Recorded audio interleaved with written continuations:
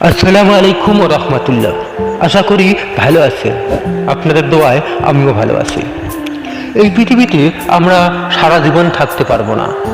এই পৃথিবী ছেড়ে একদিন আমাদের সবাইকে বিদায় নিয়ে চলে যেতে হবে অন্ধকার কবরে। সে কবরে যাওয়ার পর আমাদের সঙ্গে কি আচরণ হবে, আমরা কবরে যাব কি নিয়ে রওনা দিচ্ছি, কেউ কি কখনো ভেবেছ?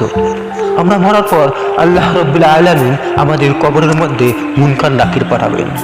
আমাদেরকে প্রশ্ন করা হবে তোমার রবকে। সেদিন কি আমরা আমাদের প্রশ্নের জবাব দিতে পারবো?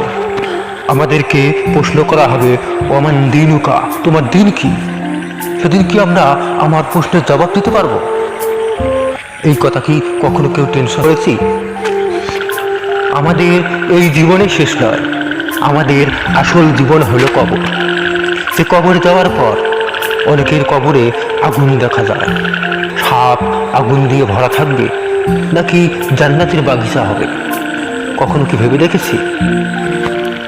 শুধু তাই নয়, আমরা যে দুনিয়ার জমিনের মধ্যে